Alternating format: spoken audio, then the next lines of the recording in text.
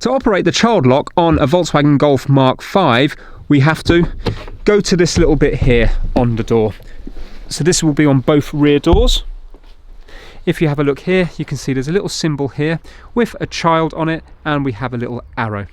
So if we get your key, and if you put it in here, and if you turn it in the direction of the arrow, so we're turning it counterclockwise, like that, that will now put the child lock on. So when you get into the car, you can no longer open the door.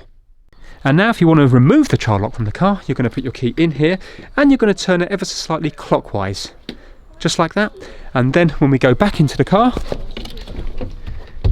and close the door, you can see that the child lock is now not in operation. So remember that you will need to do this on both back doors. That little symbol is on both the doors. Thanks for watching.